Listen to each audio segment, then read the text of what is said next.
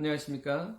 오늘 하나님께서 우리에게 주시는 말씀은 예레미야 32장 16절에서 35절까지 말씀입니다.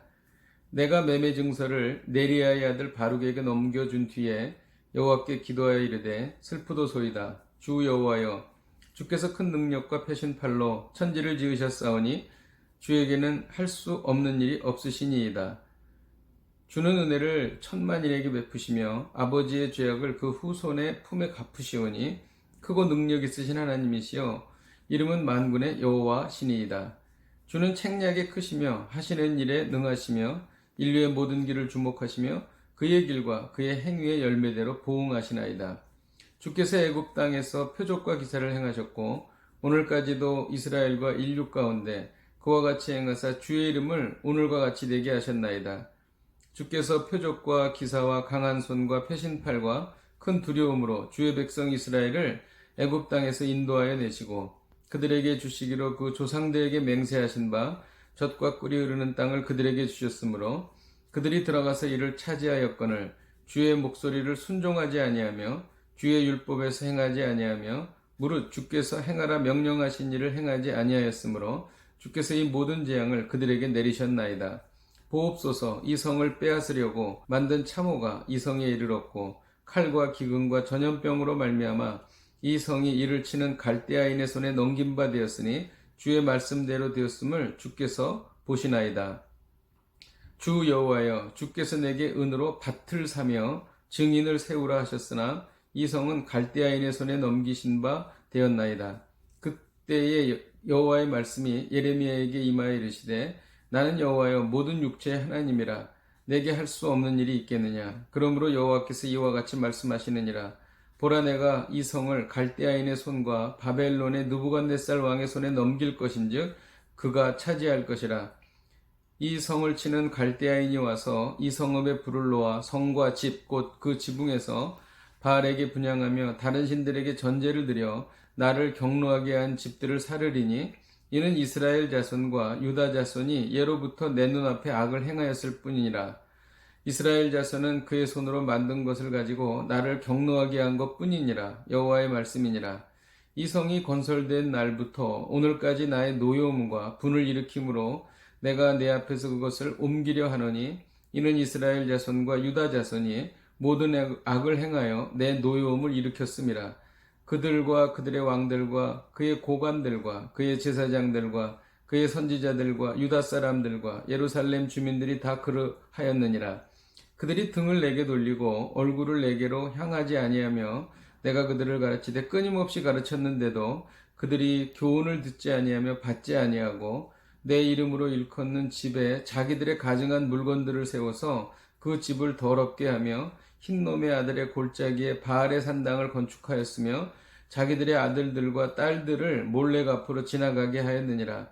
그들이 이런 가증한 일을 행하여 유다로 범죄하게 한 것은 내가 명령한 것도 아니요 내 마음에 둔 것도 아니니라. 아멘. 오늘 본문은 예루살렘 함락 직전인 BC 587년에 일어난 일입니다. 시드기야 왕의 미움을 받아 투옥된 예레미야는 곧 망할 나라에서 땅을 사는 비상식적인 행동을 하는데 이는 하나님께서 명령하신 것이었습니다. 예레미야는 하나님의 뜻을 100%다 이해하지 못했지만 순종했습니다. 오늘 본문은 에레미야의 아나도 땅 매입에 즈음한 이스라엘 현실에 대한 예레미야의 탄식 기도가 되겠습니다. 하나님은 남유다가 바벨론에게 패망하는 이유를 말씀해 주셨습니다. 그 이유는 이스라엘이 하나님을 배신했기 때문입니다. 30절에 기록되어 있는데요. 하나님은 애굽에서 구원해 주시고 젖과 꿀이 흐르는 땅으로 인도해 주셨는데도 이스라엘은 우상 숭배를 했다는 것입니다. 그리고 이스라엘은 끝까지 그것을 회개하지 않았습니다. 회개하지 않았을 뿐만 아니라 심지어 자녀들을 우상의 제물로 바쳤습니다. 결국 이스라엘은 바벨론에게 패망하여 포로로 끌려갔습니다. 이런 절망적인 상황에서 빠져나올 수 있는 방법을 오늘 본문에 말해주고 있습니다. 16절에서부터 17절에 그 말씀이 기록되어 있는데요. 예레미야는 기도하면서 하나님이 어떤 분이신지를 상기한 것입니다. 하나님은 천지를 지으신 창조주이시기 때문에 못하실 일이 없는 분이다. 이렇게 말하고 있습니다. 이것이 17절의 말씀입니다. 아무리 우리가 죄로 인해 망가져도 하나님은 우리를 다시 회복시킬 수 있으시다는 것입니다. 그 이유는 우리를 창조해 주셨기 때문이지요. 또 이스라엘의 적 애굽의 압제에서 구원하신 분이 바로 하나님이시라는 것이죠. 이것이 20절의 말씀입니다. 또 하나님은 적과 꿀이 흐르는 땅으로 인도해 주신 분이시라는 것입니다. 이것이 22절의 말씀입니다. 예레미야는 이런 기도를 통해서 힘과 위로와 소망과 확신을 얻게 되었습니다. 오늘 이 말씀을 통해서 우리가 배우는 것이 무엇입니까? 절망적인 상황에서도 하나님이 어떤 분이신지를 기억하면 힘과 소망을 얻을 수 있다는 것입니다. 지금까지 인도하신 하나님을 생각해 보십시다.